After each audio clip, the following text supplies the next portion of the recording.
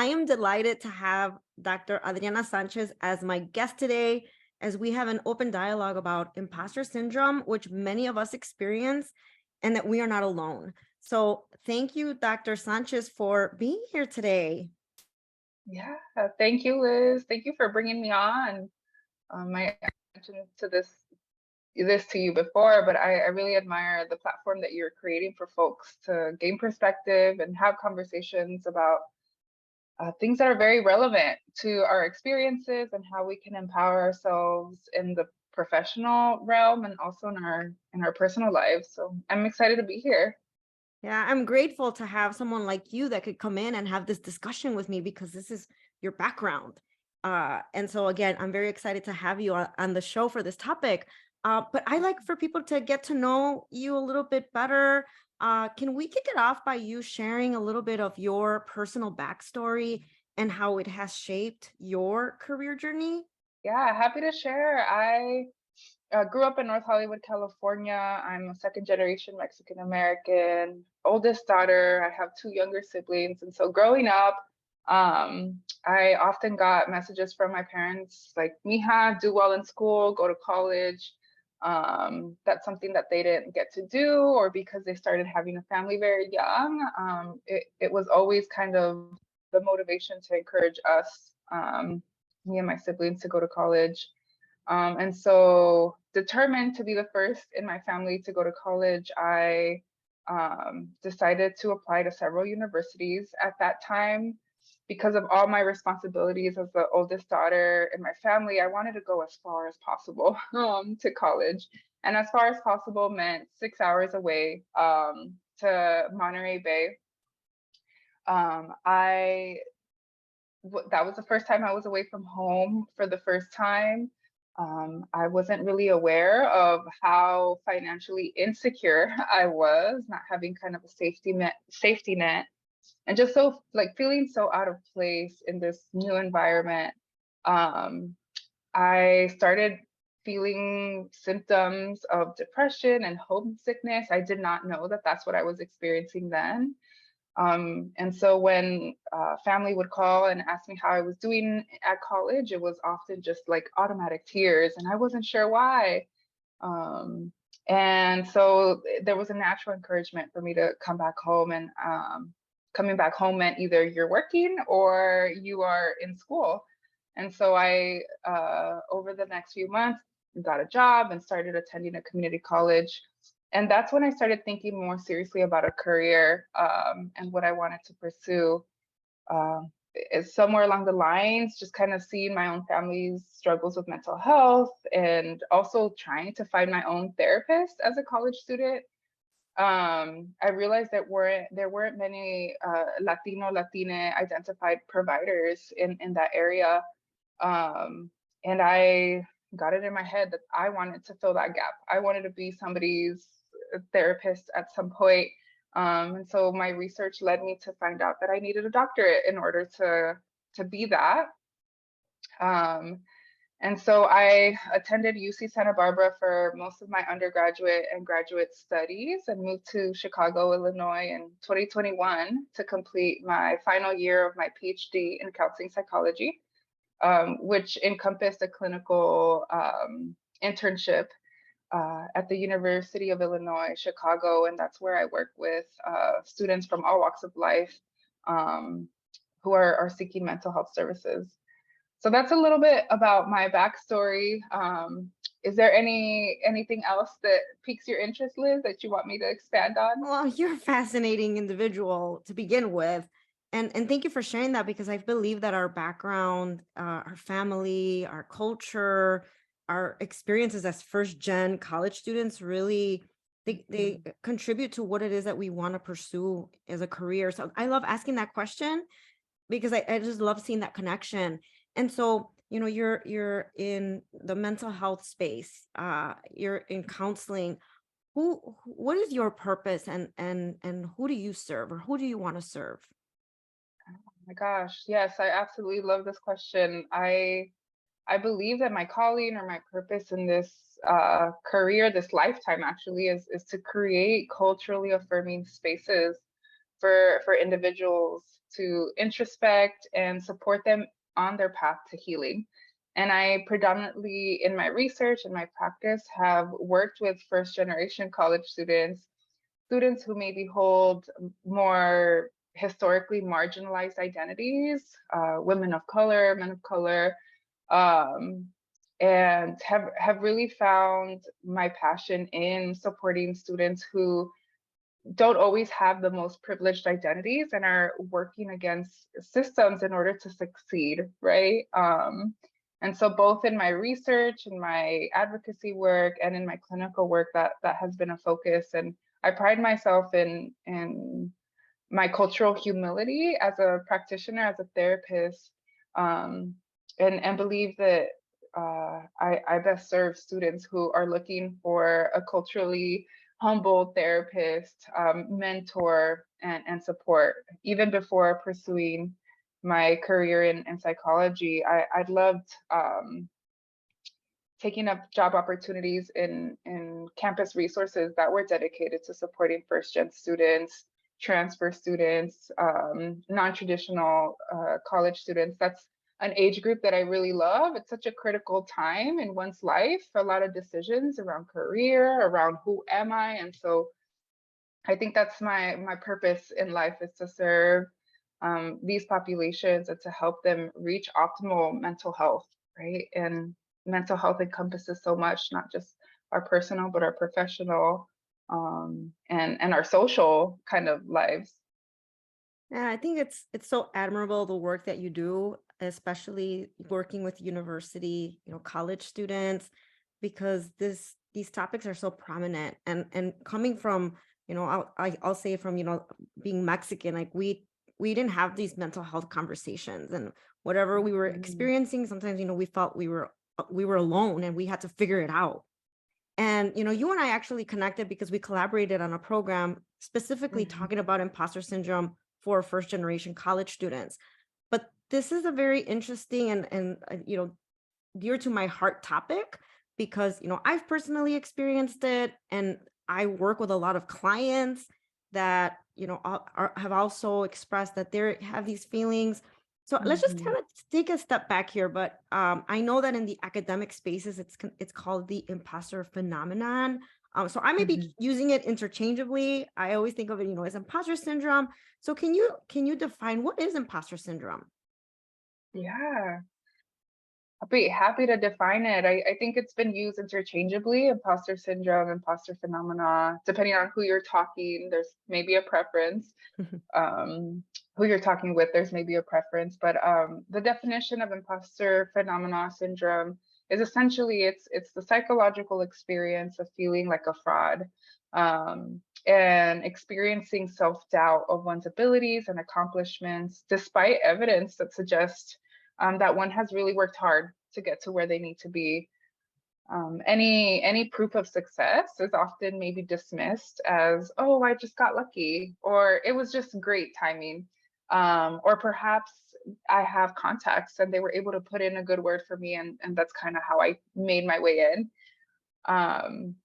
There's so many, I think, reasons why one might dismiss their abilities or their accomplishments. I think one that I have thought of for myself, and I think Liz, you've also shared that it's this idea that like my charming personality got me where I'm at, as one reason why maybe I'm successful.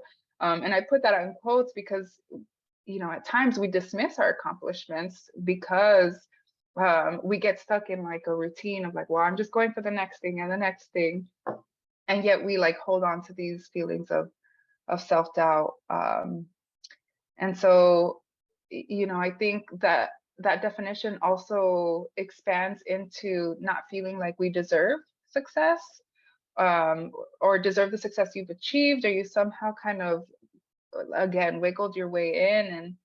And this definition or this construct, this phenomena was first identified by two psychologists, by Pauline Rose Clance and Suzanne Imes, and they studied high achieving women at the undergraduate, graduate, and even staff or faculty positions, and found that all of them were reporting these like self-doubt feelings. And so it really can impact many people, Liz. And so I appreciate you kind of sharing that you've also been impacted by these self-doubt feelings. It's a pretty known phenomenon. It's been researched quite a bit. And I'm sure some of your listeners will say, yeah, I feel that. That feels familiar. Oh, absolutely. And I didn't even know there was like a term for it. I remember I was talking to someone who, came to talk to me, and very high level professional, and, a very established doctoral person, had, Mhm. doctoral background. And she was like, Liz, I don't think I'm qualified for this position that I'm, have my eye on. I'm like, what do you mean? You have the credentials, you have the experience, you're very well known in your field. She's like, no, but I think I'm a fraud. And I'm like, but how? Mhm. In my mind, I could not wrap my mind around it. I'm like, but you Mhm. have all these experiences, like you can't fake math, like you have a statistics background, right?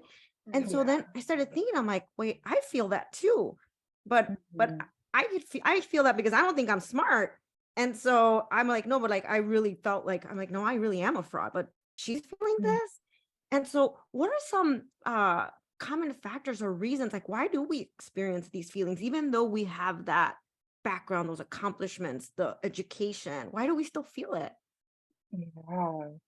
Yeah. I mean, there's research that talks about how um, high achievers are actually the ones who feel this imposter phenomena the most. And it can be related to growing up in families that emphasized achievement or success as like the one role that you need to complete or achieve.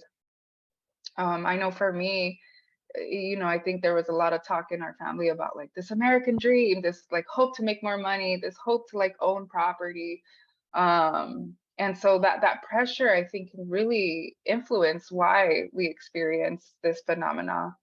Um, I think in childhood, if we're either receiving overpraise or we're receiving kind of on the opposite end a lot of criticism, it can feel really difficult to carry so much pressure um, in again trying to figure out what achievement looks like for you. I think we experience this because oftentimes there's pressure from family to move up in a social ladder. There's societal pressure, just like so many messages around like what is success and what makes one um, a professional, right? And Mhm. so some of these uh, societal pressures can really influence why we experience these feelings, these thoughts of self doubt, or these feelings of self doubt. I think uh, what comes up as well is this difficulty or just like natural, normal thing that we do where we compare ourselves to other people and we Mm, start kind of looking at somebody else who might look like us or doesn't look like us, and they've maybe achieved certain things that then makes us feel like, oh well, I haven't done that. Why haven't I been able to get and so there's so many factors. I think for me, when I'm experiencing self-doubt, I think about how that probably means that I really care about something and I really want it. yeah. And the self-doubt comes from maybe I'm preparing myself for some sort of rejection. So I'm going to tell myself that I'm probably not that good, so that just in case I get rejected or I don't make it to that interview, that I somehow confirm, oh, it's because I'm not smart or it's because I'm not competent. Um, and so there could be so many reasons why we might be inclined to experience these feelings. But I want to urge us to think about like what are things outside of us that influence these feelings of self-doubt, because kind of going back to your comment about like, is it imposter phenomena? Is it imposter syndrome? It's like both. I think as a therapist, as me, my individual person, I tend to talk about it as a phenomena and less of a syndrome, because I think when we talk about imposter syndrome, it makes it feel like there's something wrong with us. Like Mm, there's an implication um, that there's pathology in us, like it's a syndrome that we carry and we must cure for ourselves.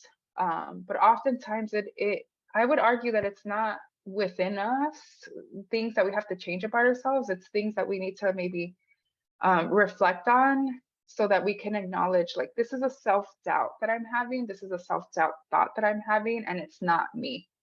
Mhm. Or what can I be doing to feel more confident or competent in this field? Have I been able to recognize that I have put in the 2, 3 years to get to where I'm at?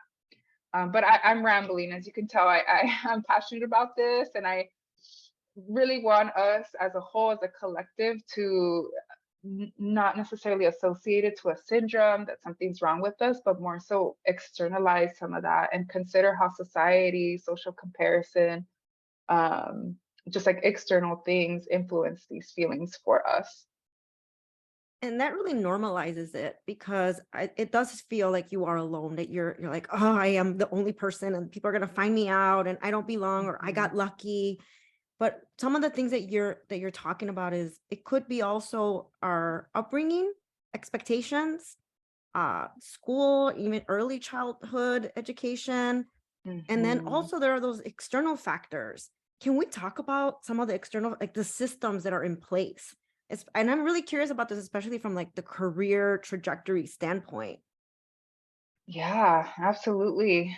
I mean, I think we all experience it at some point, but there are populations that experience it more or at heightened levels. And women or individuals who identify as women oftentimes are maybe experiencing these self-doubt feelings a lot more often.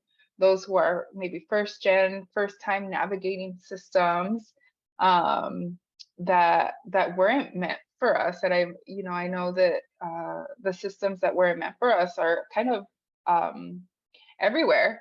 Mhm. Higher education was meant for wealthy white folk. And it hasn't been until recent years in which we're seeing a push to diversify these spaces. In the career space, right? A lot of high tech careers, like, who are in these spaces when we are applying to our respective job titles or careers? Can we see ourselves there? Do we see other people who look like us, who talk like us in these spaces? I often talk about how so many isms that are roaming around out in the world, like racism, discrimination, homophobia, xenophobia, right? Like, there are so many um, things that are against many marginalized folks that um, don't make these feelings any better. I think they actually exacerbate them. Um, and I don't know if something else comes up for you, Liz, in your experience and in your own career trajectory, but I recall first applying to graduate school and looking at the bios of faculty that were there, and just feeling like there was maybe only one person who I felt like I could relate to or could somehow kind of know my background.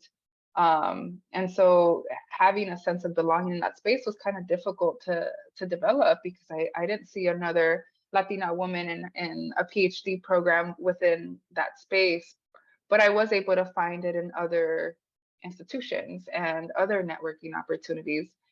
But I know I'm going off on a tangent, and I'm not sure if I answered your question, so I want to check You in with you, did. Liz. No, you did. Yeah. I'm always learning from you, and I'm just like, yes, that resonates with me. And I'm sure my listeners are also just like, yeah, that's true. And again, like taking it outside, like not being accountable, fully accountable for those feelings that we experience. Mhm. And you're kind of, you're alluding to this as well, but how does experiencing the imposter phenomenon, how does that impact our career trajectory? How can that, what are the implications behind that? Yeah, I mean, I think there's so many. If we let these self-doubt feelings and thoughts, this imposter phenomena, really simmer in us for long, it can keep us from applying to jobs that we really want, or keep us from asking for raises or more money when we are initially hired by an employer. So I've seen that happen a lot in professional realms. It's also captured in the literature. if we're, thinking about gender differences, women tend to sell themselves short, and maybe are not as assertive about like, this is what I bring into the table and this is how much I am worth. And so it can really impact how we walk into spaces, how confident we are about our abilities. And so it makes sense if we are feeling not so sure of ourselves, if we're feeling like a fraud, it might feel like we can't ask for more. And if you believe your career success is due to luck, right, instead of your skills, it may be less likely to ask for promotion as well. And it could feel like you need to overwork yourself or do more to meet just like unrealistic high standards, in a workspace, right? And so we see burnout in so many ways at times because we're trying to like live up to success or live up to other people's standard of what is successful or competent. And I think self-doubt can also lead to lower job performance because of the burnout or because of the feelings of anxiety and fear kind of molding into one to be this, imposter phenomenon. And likely less job satisfaction. If we're not feeling good about ourselves, it's very unlikely that we'll be feeling good about our work environment. I know we've talked about students. I think academically, students may not ask for help or speak up, right? Or in class, fear, being looked like unknowing or a fool or just like dumb, right? I hear a lot of students say like, I don't want to say the wrong thing. And when I hear that, I'm like, there is no wrong thing. How can we embrace learning? How can we be curious with our peers as opposed to trying to be perfect, which is a complete myth. Perfection does not exist, but that's some of the ways in which self-doubt can really impact us professionally or academically. And I'll just add one more thing, Liz. I think the self-doubt can also impact our relationships. If we're feeling heavy self-doubt, it may be hard to make decisions. We may worry that we're inadequate at being like a parent or raising children or taking care of siblings or taking things on. I know I'm talking from a very caretaker perspective here, and it probably is highlighting, my own identities as an oldest daughter and always feeling that pressure to take care of others. So if I'm experiencing a lot of self-doubt, it might make me doubtful that I can show up for my family members as well. Or in romantic relationships, it may lead to feeling unworthy of a quality partner. And so, I think I share these pieces because not only can it impact us in our professional lives, but it can impact us in other ways as well. No, I think that's so important to bring that up, right? I mean, we are holistic, we're complex, and that this does, affect us in all aspects of our life. So thank you for sharing those pieces of it as well. And I was thinking kind of what you said before, how when you were going to grad school and you didn't really see people that looked like you. And I think in a lot of these spaces, like you said, these systems weren't meant for many of us, right? Especially like minoritized groups. And so not seeing people that look like us performing or being promoted, then we don't have that kind of that stepping stone or that, okay, I know that I can pave my way because I've seen other people do it. And so in a way, we're trailblazing. And if we already have that self-doubt, we're like, oh, I don't think I can apply for that role. That's too high up. I don't think I'm worthy of it. And that's kind of how I see it a lot with clients or people that I work with. I personally have experienced that as well. And so one of the things I wanted to mention when thinking about promotions or thinking about like, okay, I deserve that opportunity, but not knowing how to advocate for yourself. I think a lot of times we feel like, oh, our work is going to speak for itself. Like you said, I'm going to just work extra hours and really go above and beyond, and then someone will take notice. Or my resume shows all my accomplishments. I don't need to really talk about it because people are uncomfortable. Kind of what are your thoughts around that space? Because this is what I really hear a lot in my conversations. Yeah, this idea that my work will speak for itself, and so I should Mhm. just keep doing what I'm doing. Um, yeah, unfortunately, we live in a world that requires us to be able to talk about what we do and what we bring to the table.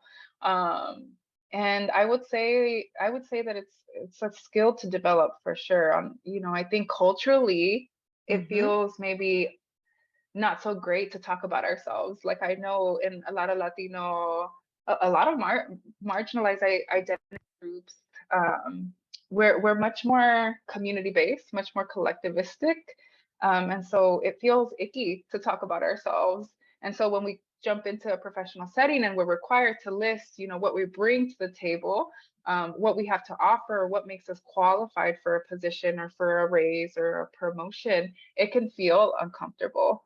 But just because it's uncomfortable, um, doesn't mean that we can't build up that muscle of learning how to like talk about ourselves, um, in order to get the jobs that we want, in order to move up in the way that we want.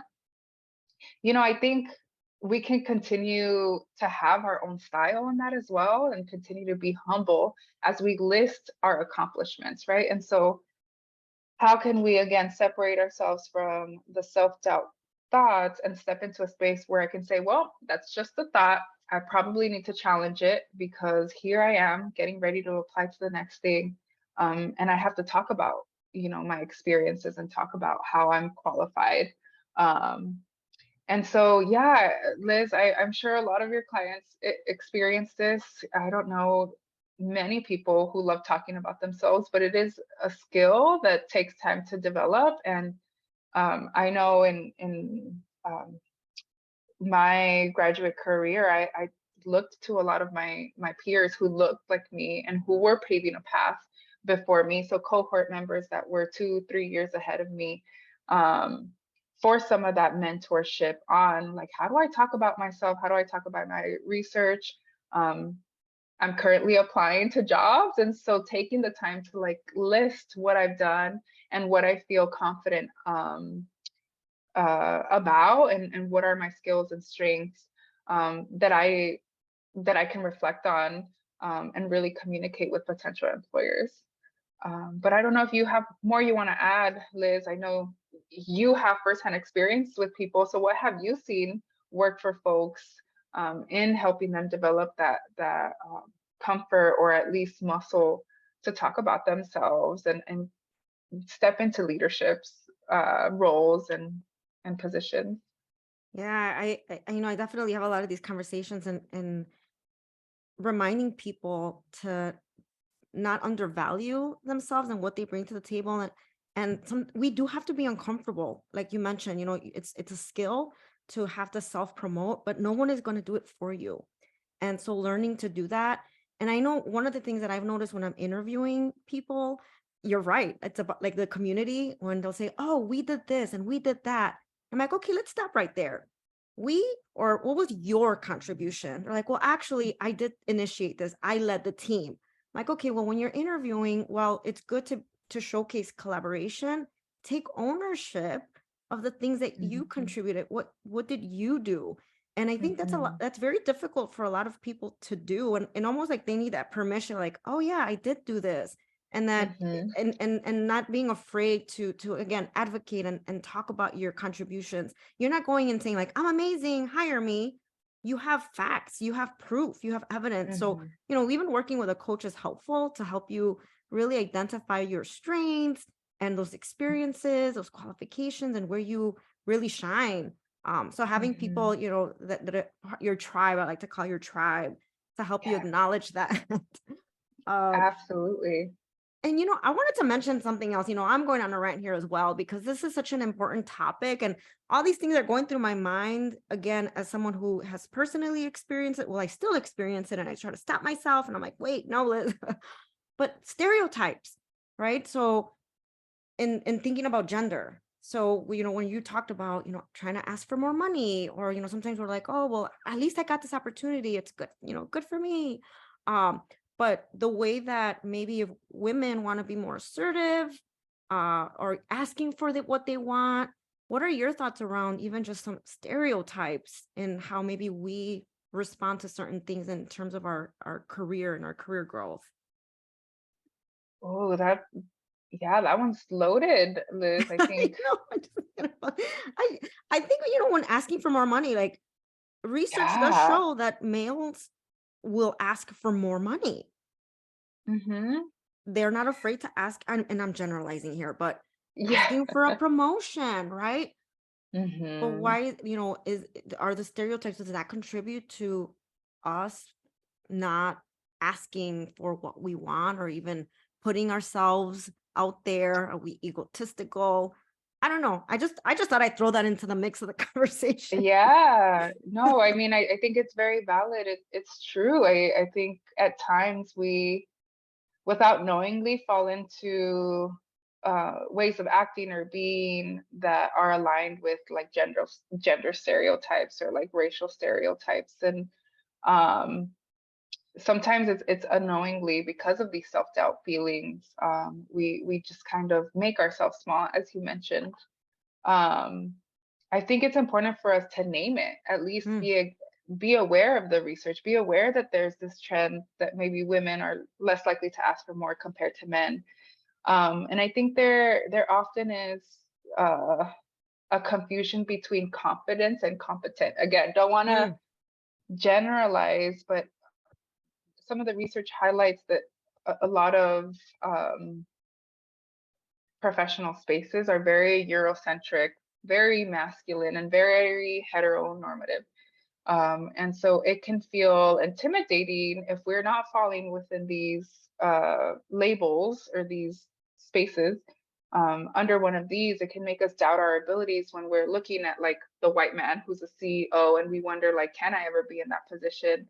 Um, and so I don't know if I can say much more except for let's be aware that we are deserving of more, and that despite our gender, despite our sexuality, despite our ability, like uh, physical ability or whatever, that we are worthy of promotion. We are worthy of achieving or going for our dreams. If our dream is to be, the top leader at a firm, kind of luchando towards that, but also acknowledging that there are things out of your control, that you won't be able to change, I would say, but you can continue advocating. And like you said earlier, like it's hard to be the trailblazer mhm. and the one paving the path because there is no formula, but there's also beauty in that because you get to make it yours and unique. And um yeah, I mean, I'll pause there because I think you just have me reflecting on how I've taken on some of these stereotypes, and I don't know if I have an answer for how to not fall into these. But like you said, naming it, right? And that we are, sometimes we don't recognize these things. We just kind of, like you talked about earlier, the systems in place. And that there are things that are, why do we behave in certain ways? And that's just sometimes that cultural norm or expectation, the societal expectations. So it's not just us. And so Hmm. recognizing that. But I'm about, like, yeah, recognizing it, naming it, but what are we gonna do? What can we do about that? And so Hmm. knowing that we experience these feelings of being an imposter, how can we manage them? How can we manage these feelings? Because, this is one of the takeaways that I want people to hear, because people, my audience, like, you are deserving, we are deserving of these opportunities. How can we manage these feelings so that we can be successful in whatever we are trying to pursue? Yeah. Oh, I love this question because this gives us tangible ways to quiet those self-doubt feelings a little bit. Um, but I think we've thrown around the word normalize, right? And the way in which we normalize these feelings is by talking about them. I think what ends up happening is the doubt feels so uncomfortable, so icky that we keep it to ourselves because there is a lot of shame maybe in having these feelings, having these thoughts, or it doesn't feel safe to always vocalize them with others. But the more that we talk about it with trusted individuals, the more likely it is going to be that that person that you're sharing these feelings or thoughts with or might be able to relate to you on some level. I think constantly reminding ourselves that, first gen individuals, people from historically marginalized communities are oftentimes not the imposters. I'd argue that we have to work very hard, maybe twice as hard as individuals with more privileged identities or access to resources.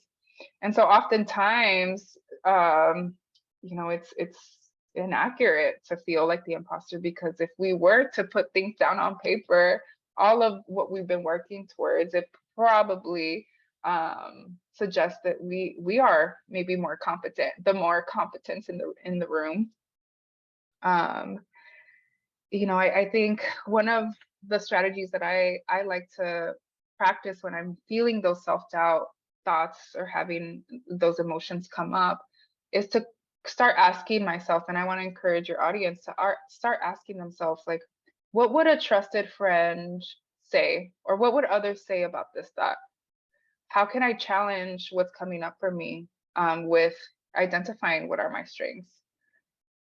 It can be helpful to remember, like, have I had past experiences that show that the thought that I'm having right now is not completely true? And what is out of my control that is making me feel like I'm the problem, right? So really challenging those self-doubt beliefs. I think self-doubt is gonna come up naturally when we don't feel prepared. So if we haven't prepared, how can we better prepare ourselves, right? So both can exist at the same time. One of the frameworks that can be helpful that comes from cognitive behavioral therapy is acknowledging how our thoughts are connected to our feelings, and how our feelings and thoughts are also connected to our behaviors. So if we're navigating from a space where we're thinking and feeling inadequate, just having those self-doubt thoughts and feelings, it might influence our behaviors, as talked about earlier. We might not go for the thing that we're looking to go after. We might undersell ourselves, right? Or talk in like we terms instead of saying like I've contributed this way. And so if we can recognize when we're having a self doubting thought or feeling, and we can try then to replace it with something more balanced, or maybe more from a space of confidence, then that can impact how we feel about it. We won't feel so insecure. We might feel more optimistic. And then that will influence our behavior. It might make us walk into the room with this like curiosity and excitement, and mistakes will happen, just like they've happened here in today's interview.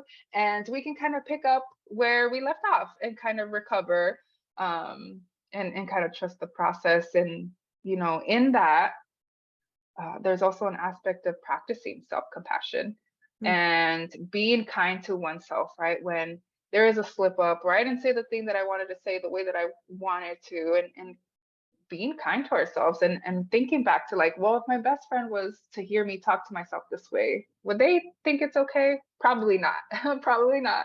They say you're being too hard on yourself. Be grateful that you had this opportunity.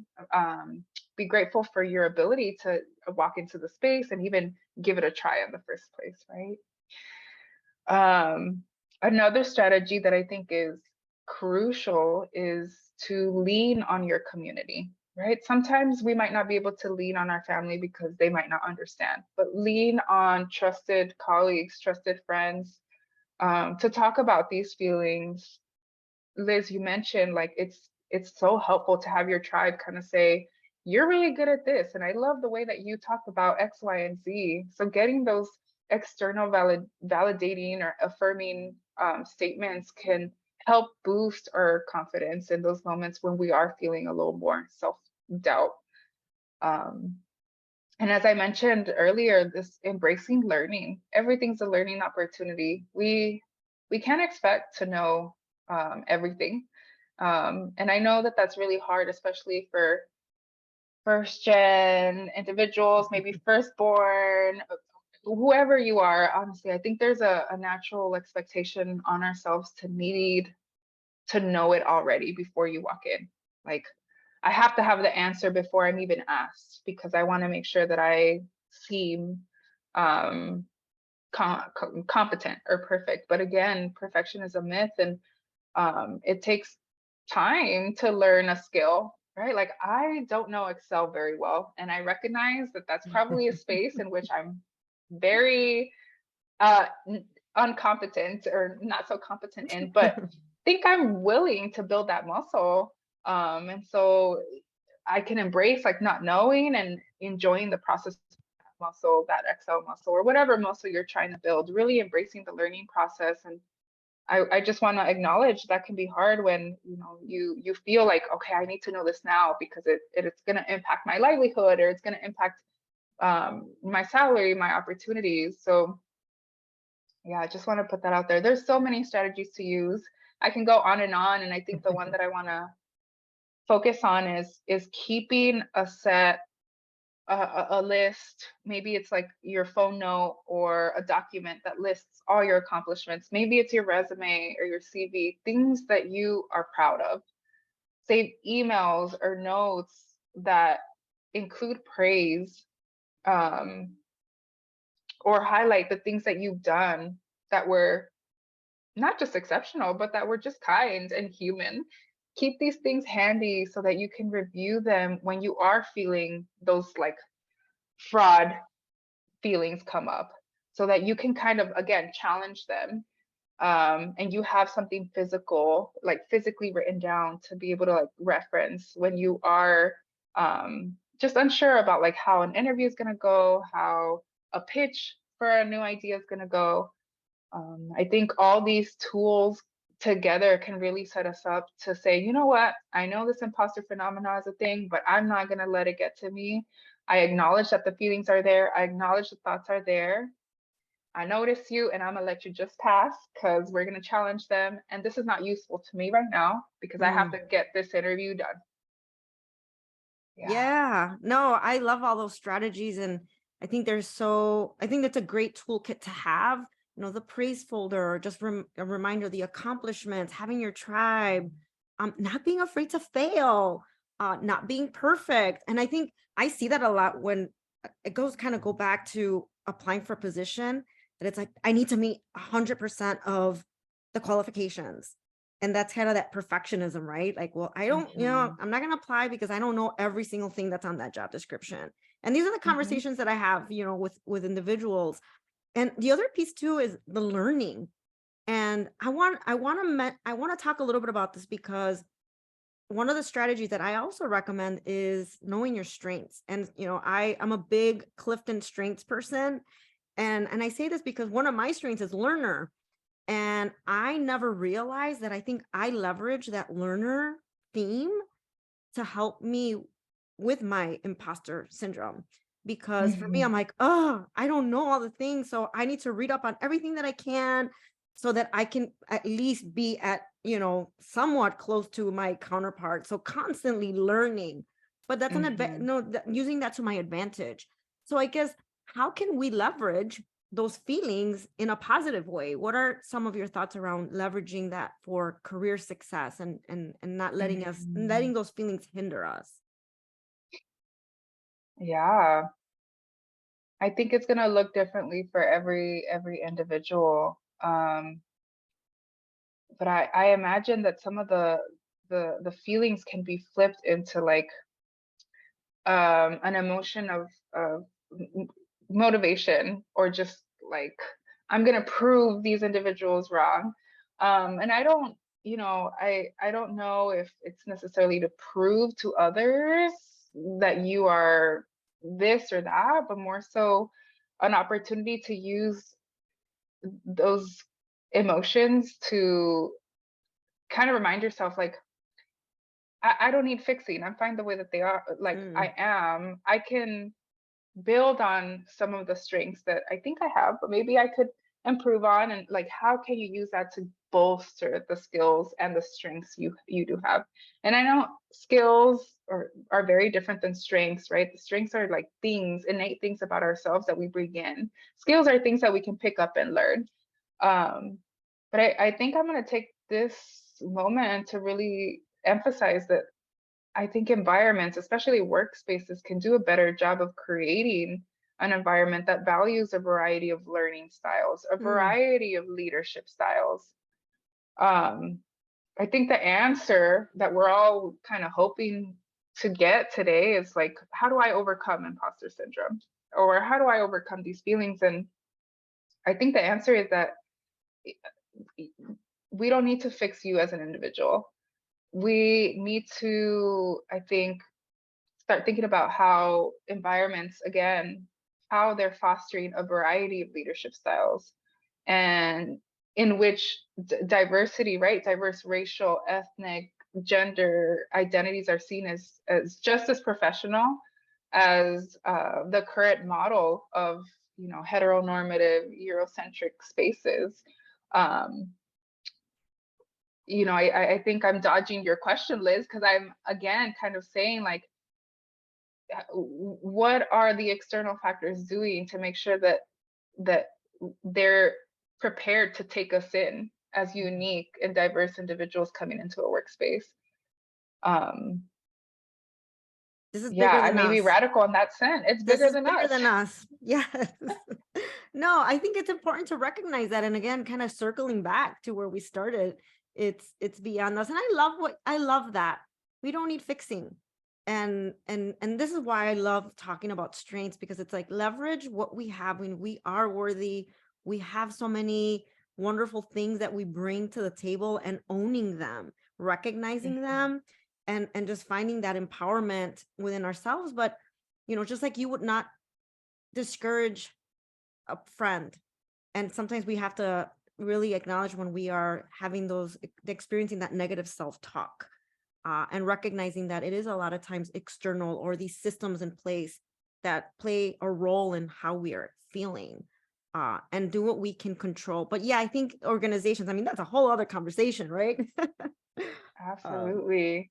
Yeah, and I think, a lot of your audience might already be in positions of power, or going to apply, or are beginning to think about like, what more can I go after, or how do I want to climb up, or apply to a new experience. I think it could be a beautiful thing to have in mind these experiences of self-doubt, and carry our own experiences with us as we move up in like a corporate ladder or whatnot.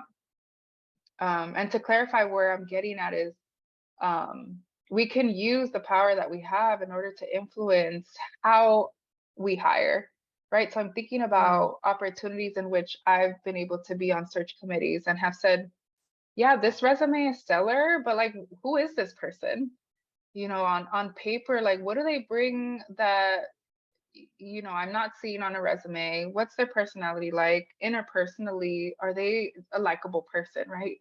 A straight A individual, someone who has had all the you know extensive years of work experience, sure, make them qualified for a position.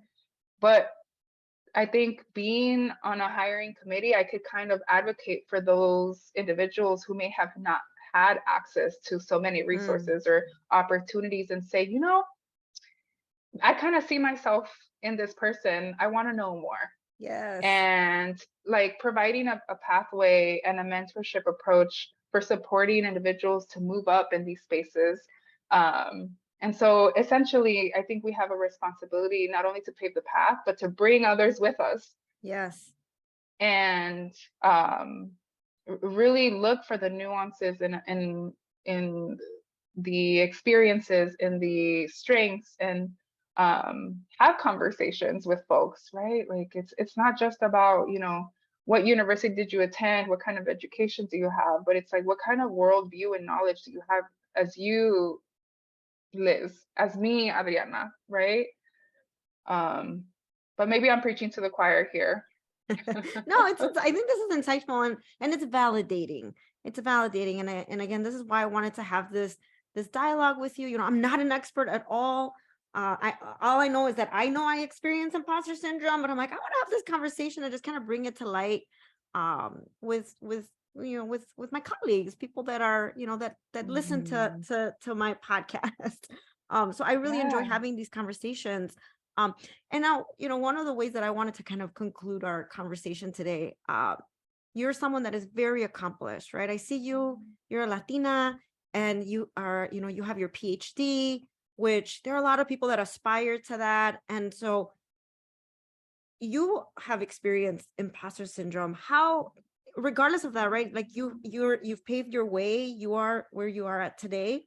How did you navigate that? Hmm. Ooh, okay. How do I share about me? How have I navigated it? Liz, I think you're right. I have had many times when these self-doubt feelings have come up for me. From my first time going off to college to starting graduate school to applying to my first conference and applying to my first job, right? Like these, like, am I really qualified for this? Can I really do this? Am I deserving of a space in this graduate program? It has come up for me, and I think what doesn't make it any easier is sometimes hearing microaggressions from these spaces, like, navigating predominantly white spaces throughout the pipeline of higher education. It's been like, oh, for a first gen student, you seem, like you got it put together, or you know what you're talking about, or for Latina, I'm impressed. You speak very well. And, I could tell these have been things that maybe you've also experienced, Liz, and Yes. it makes me so Yes. sad to know that, these things still happen, but they do. And I think it's making me reflect on your question about, like, how do we turn some of these, like, less than ideal feelings, thoughts, or um, comments that we get from others into a source of, like, I'm going to use this to motivate me to just keep going and not give up, because that's what people want me to do. Mm-hmm. Um, they want me to stay in a space that's like lower beneath them in some way. Um, and so honestly, the way that I've managed those feelings is, like I said earlier, talking about them. Um, I often turn to my peers or my colleagues, like really friends who've also decided to embark on this path of pursuing their PhD. And I owe it all to them, because they were the ones that served as not only friends, but as mentors who said, okay, this is how you write a proposal for this conference. And, like, these are the key terms you might want to consider, but, like, add your flavor, because, you're you. And so having people in my corner who can affirm my way of being, but also kind of share tips and tricks, and just share the language of what it is to, like, succeed in these spaces, um, has been what's helped me. And, I think I used to get really sad about my family not being to understand my journey, or not being to understand, like, why did I decide to go to graduate school? I was supposed to get a job right out of undergrad. But I've made it a mission to continue talking about it with them, continue talking about my journey and helping them understand, even if they don't completely, in order to feel connected to them still. Because I think it could be very easy when we're so focused on career aspirations to kind of just say, well, they won't understand, so I'm not even gonna talk about it. But if you have a connection with family, a safe, mostly healthy connection with family, I think it could be really helpful to talk. If it's not with family, talk with peers, talk with colleagues, with trusted mentors. And, there are times in which imposter phenomena, self-doubt feelings can get to a place where it's impacting us so much that it feels debilitating. And so I do want to say that that's probably when you do want to seek out a therapist. When you're finding that, like, even after trying these strategies, and even after, leading on social supports, you still are unable to get unstuck from those feelings of self-doubt, or low self-esteem, or very low confidence. Talking to a therapist can help you get a better understanding of what's going on, and what are some more concrete strategies or things you can try with the support of a trusted individual, a confidential individual. Like, what are the things that you want to try on, and kind of get unstuck from those spaces that can feel very debilitating. But I guess the last thing I'll say is, I think I've embraced that these self-doubt feelings are going to come up here and there across my lifetime. I don't know if they'll ever go away. We all, and a majority of people in the world will experience it at some point or another, especially when there's an aspect of evaluation, right? Mm. When there's an aspect of evaluation, whether we're applying to a job or going into like an employee review, that's when these feelings are likely going to come up. So what are we doing ahead of time, proactively, to prepare us to not fall so deeply in those self-doubt feelings? And as mentioned before, how to separate ourselves from that. And for me, external validation, external affirmation can be very helpful, because then I can start telling myself, actually, I'm a badass. I've done the work. I'm not the imposter in the room. I actually know, what I'm doing and what I bring to this space, and I'm enough, right? Like even just these simple statements or affirmations can be so powerful. And you might not believe it the first time you say it to yourself, but after some time and continuing to build that muscle, there'll be a time in which you can step into that power. Fantastic. Thank you so much for sharing all that, and also for adding the encouragement that while some of these strategies may not, they may not work for you because there are other things that you need to discuss to seek out other type of support, therapy, and that it's okay, right? And then that could be part of this process and the journey. Now, you are very insightful. You have so much knowledge and insight. Do you have any recommendations of resources or books that you'd like to share? Yeah, I mean, I can think of a couple. The research on imposter phenomena has been, again, shifting from this being like a you thing to like, how can environments do a better job to bring you on and embrace diversity in all forms. And so I want to encourage your audience to read an article that was published on Harvard Business Review. It's titled "Stop Telling Women They Have Imposter Syndrome."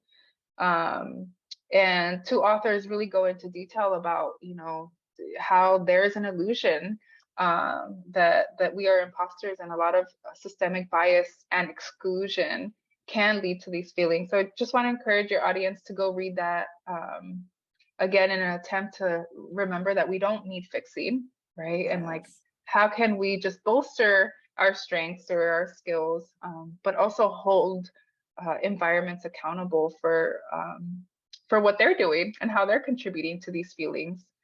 And both of those authors on that article, one of them has a book called Inclusion on Purpose, Hmm. an intersectional approach to creating a culture of belonging at work. It's very specific to professional spaces and how institutions can create a culture of belonging for a diverse set of individuals. And then there's a podcast by another author on this article titled, not a podcast, I think it's a YouTube or a TED Talk, but it's titled "Why You Should Not Bring Your Authentic Self to Work." And so I'm offering these articles and book and a YouTube video just because I know we all have different forms of receiving information and learning. And so those are the top three that I want to recommend, and I'm happy to like type them out for you, Liz, so you can put them up on your website if that's helpful. But yeah, if anything comes up to mind, I'll make sure to share them with you. But those are the three I'd say really have helped me externalize some of the self-doubt and really start considering how there are other factors outside of my control. No, that's right. And yes, those resources, thank you. I'm curious and I want to dive into them. I will be putting them in the show notes as I share this episode with people. Dr. Sanchez, you are a badass and you are a powerhouse. And I am so grateful that you were able to share this space with me, to have this dialogue and to share your expertise and really talk about this topic that I know is very prominent in the conversations that I have with people. So thank you so much for being you and for sharing your gifts with us today. Yeah. Thank you, Liz. I think it takes a badass to know one. So right back at you. Thank you so much. Thank you.